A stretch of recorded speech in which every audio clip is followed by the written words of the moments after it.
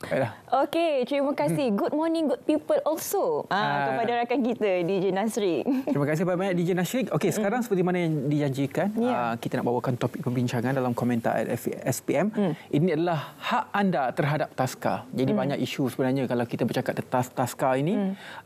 Paling dekat dengan kita adalah isu penderaan di taska. Ya, kalau kita menyentuh mengenai isu penderaan, kecuaian dan juga pengabaian ini, kita ingin kongsi sedikit apa di antara berita-berita terkini berkaitan dengan kes-kes ini. Kalau kita melihat seorang bayi berusia 2 bulan maut selepas 10 minit bertarung nyawa dipercayai akibat kecuaian pengasuh yang membiarkannya dalam keadaan meniarap ketika dibedung selama sejam. Ini yang terjadi kepada kasih Aulia Faizul baru-baru ini. Jadi kita ingin mendapatkan perincian bagaimana sebenarnya hak ibu bapa, terutama apabila kes-kes seperti ini terjadi. Terus saja bersama dengan tetamu kita di studio, seorang peguam bela dan juga peguam cara, Tuan Mahmud Jumaat. Assalamualaikum, selamat pagi. Waalaikumsalam, Tuan Aika.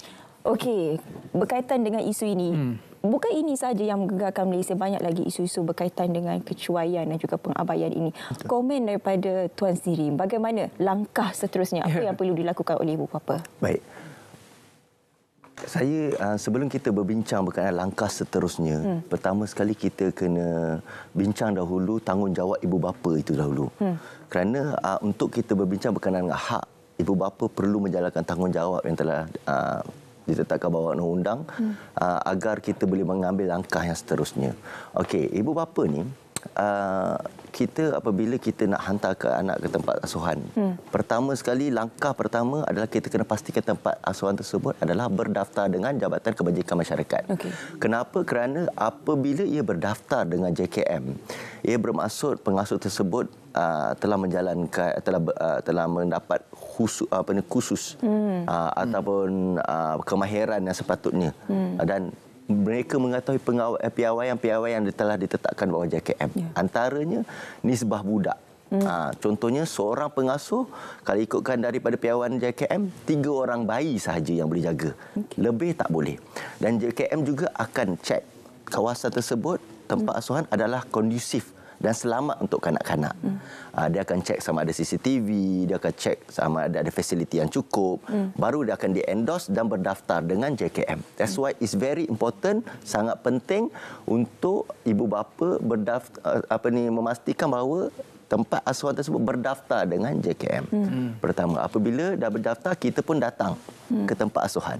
Datang ke tempat asuhan, kita bertemu ramahlah dengan sampai tu dia punya pemilik tempat asuhan, menyoalkan berkenaan dengan tempat tersebut, rakaman CCTV ada ke tak, masih beroperasi ke tidak, cek sama ada pengasuh yang jaga anak kita tu ada kemahiran ke tak, ada pengalaman ke tidak. Dan kita akan cek juga sama ada pengasuh tersebut mempunyai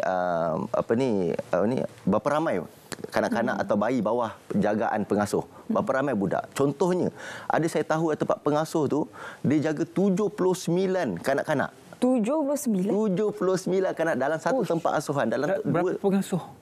Pengasuh, saya tak pasti, tapi tak ramailah.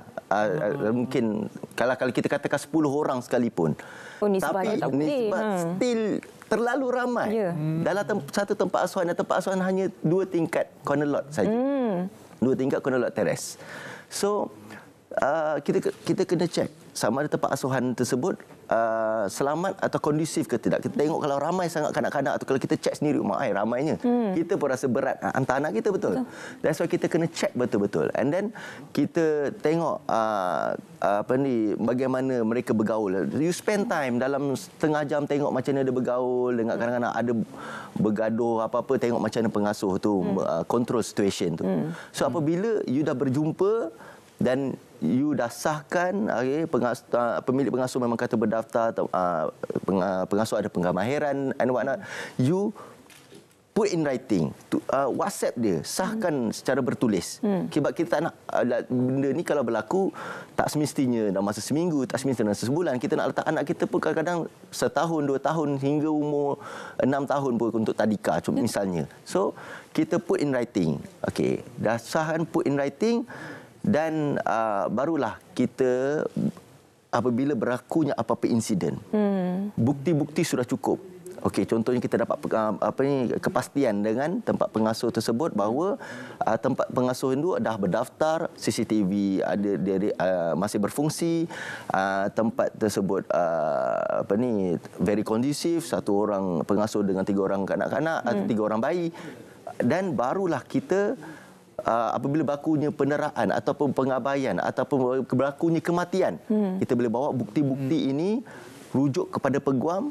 Peguam lihat kami senang nak buat kerja, dan kita akan rujuk beliau kepada rujuk kes ini untuk membuat laporan ke pihak polis bawah Seksyen 311A atas kanak-kanak untuk misalnya ada pengabaian ke tidak, ada penderaan ke tidak, dan barulah kita boleh mengambil tindakan ini seterusnya ke mahkamah untuk mengambil tindakan kecuaian, negligent. Dan mudah untuk kita membawa kes ini kerana apa?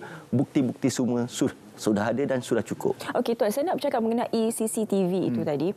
Sebab kalau boleh kita nak mengelak, kita tidak mahulah terjadinya kemalangan atau kecelakaan, baru kita nak meminta CCTV. Betul. Jadi adakah ibu bapa mempunyai hak untuk melihat CCTV itu pada bila-bila masa? Mungkin hanya untuk melihat sama ada anak mereka selamat atau anak mereka okey ataupun tidak. Macam mana?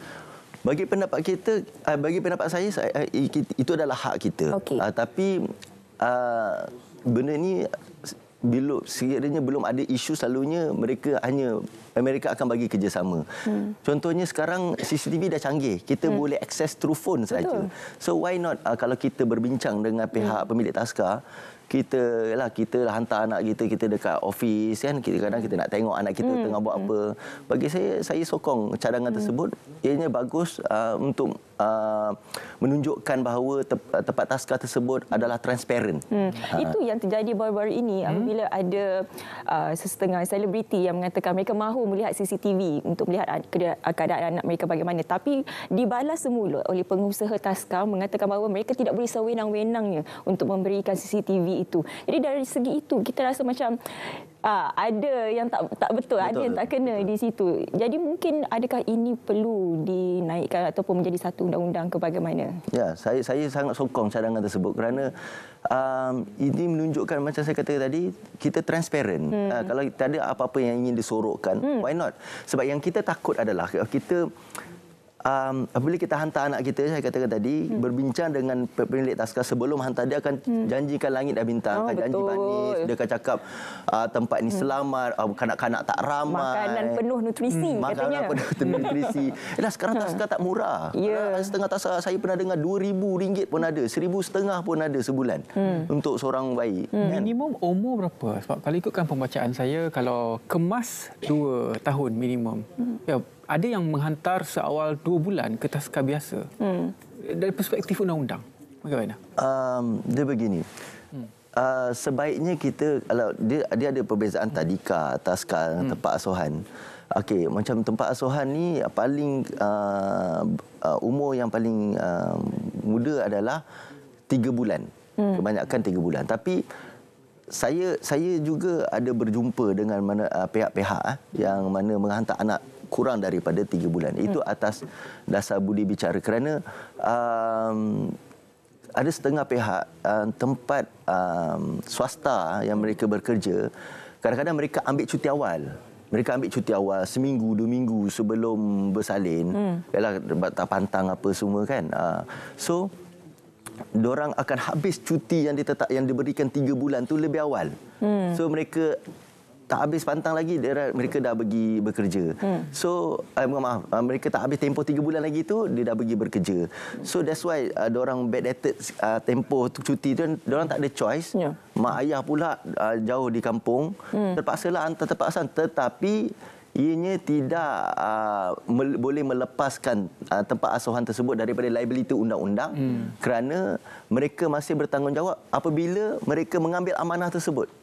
Apabila walaupun bayi tersebut paling kurang sebaik-baiknya 3 bulan, tapi apabila tempat taska tu sanggup mengambil amanah tersebut, mereka bertanggungjawab. Okey, macam kes bayi ini, Kasih Aulia ini, ianya disiasat di bawah Seksyen 31-1-A Akta Kanak-kanak 2001 kerana membabitkan penganiayaan, pengabaian dan pembuangan atau pendedahan kanak-kanak.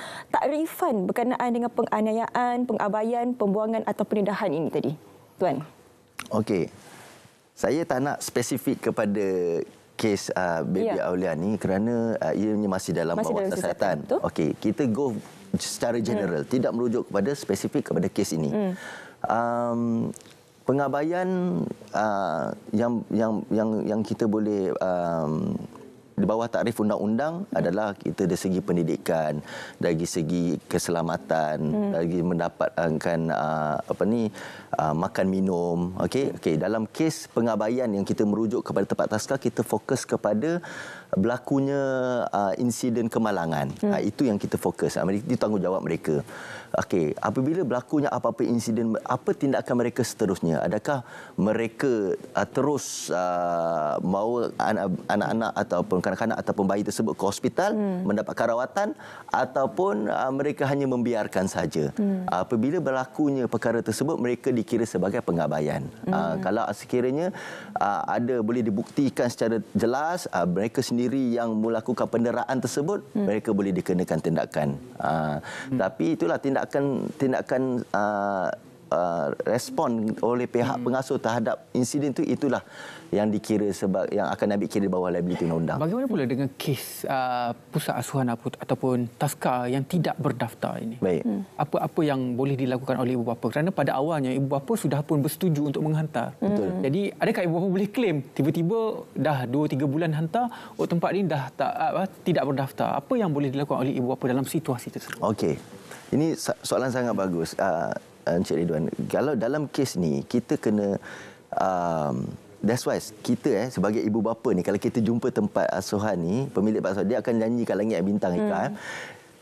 Dan diorang akan, kebanyakan mereka akan cakap nak comfortkan kita, nak bagi kita comfort, dia akan cakap kita tempat ni berdaftar. Okey, tapi sekarang sebenarnya kita boleh akses kepada laman web JKM yang mana kita boleh cek sama ada tempat asuhan tersebut berdaftar ke tidak.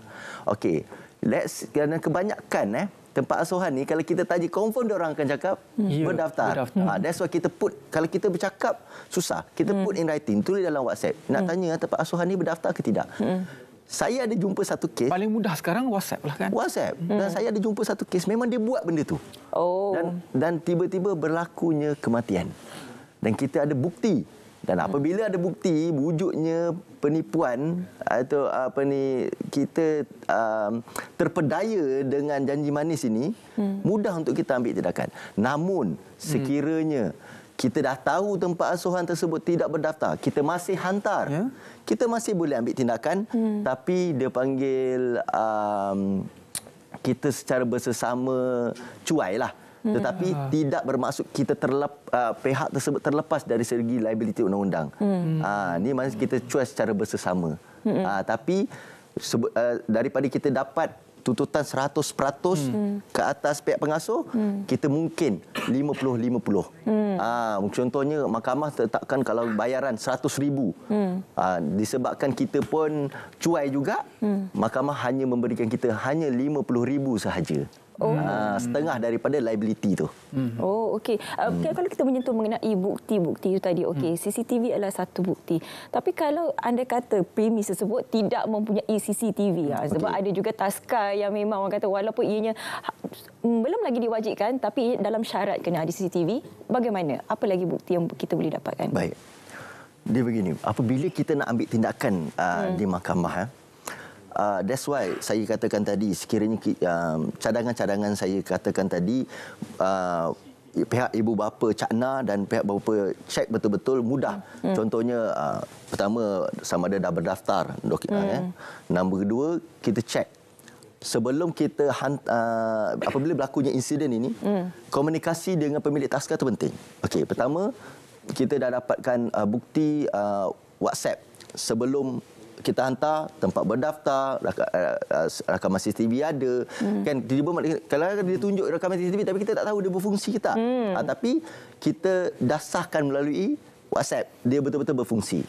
Nombor 3, kita tanya pasal nisbah tadi. Okey, dah ada bukti dah, cukup. Okey, itu satu bukti yang kuat. Yang kedua, apabila berlakunya insiden. Ini adalah crucial moment ya, sangat penting. Apabila the first moment berlakunya apa-apa insiden ni, pihak tempat pengasuh akan call kita dan akan hubungi. Waktu tu adalah penting untuk kita rekod. Bila kita dengar tu, kita nanti saya tengah driving, tutup telefon, lepas tu call balik, you record. Tadi awak kata apa, anak saya jatuh dekat hospital sekarang berjahit. You rekod perbualan tu. Kerana waktu tu mereka akan ceritakan perkara yang sebenar. Dia akan jujur dengan awak. Sebab waktu tu dia tak ada siapa-siapa nak advise, dia tak boleh nak fikir waktu tu. You record. Dan kita juga boleh mendapatkan bukti-bukti daripada kanak-kanak sekeliling. Kan dah sekarang canggih. Kita dalam taska ni sama ibu bapa ada WhatsApp group. Saya ceritakan dalam WhatsApp group tu ada tak siapa-siapa pun pernah kena dera dekat tempat ni. Dapatkan bukti-bukti tu. Dan yang keempat, mungkin kita daripada social media pun bagus juga. Saya ada satu kes, apabila kes ni berlaku, dia tanya, dia viral kes ni, ramai orang rujuk kepada si ibu ni, maklum tempat saya ni dulu tempat yang sama ni, dia kata ni dekat mana ya? Dekat sekian-sekian. Oh, ni dekat taska sekian-sekian dia? Betul. Anak saya pun meninggal tempat ni dulu tahun 2019. Keadaan sama juga macam ni. So kita boleh, dari situ kita boleh dapatkan bukti-bukti ni untuk kita kumpulkan, dan pihak pegom senang nak ambil tindakan sebab dia ada insiden yang sama. Dan kita boleh rujuk kepada pihak polis dan kita juga boleh mengambil kes ni ke peringkat seterusnya. Okey. Bukan apa kita bersimpati kepada keluarga mangsa, dan perbincangan ini sebenarnya kalau yang dah pergi takkan kembali, tapi apa yang kita mahukan ialah keadilan dan supaya isu ataupun perkara ini tidak akan berlaku kepada keluarga-keluarga yang lain. Yang penting apa yang kami sampaikan di sini adalah untuk kesedaran dan juga kefahaman kita semua apa yang boleh kita lakukan dan juga proses yang perlu kita lakukan sebelum menghantar anak ke sesebuah taska. Paling mudah adalah sentiasa komunikasi melalui WhatsApp dan juga record setiap kali perbualan tersebut. Jangan lupa untuk menyimak dokumen sebelum mendaftarkan anak-anak ke taska. Terima kasih banyak-banyak kepada Tuan Mahmud Jumaat, iaitu Peguam Bela dan juga Pengacara, berkongsi kepada kita semua berkenaan dengan hak anda terhadap taska. Okey, sekarang kita akan ke Pulau Pinang, cerita pagi di negeri Pulau Pinang. Ini berkaitan dengan pendidikan melalui aktiviti vertigasi. Rakan kami Alias sudah pun bersedia. Alias, silakan.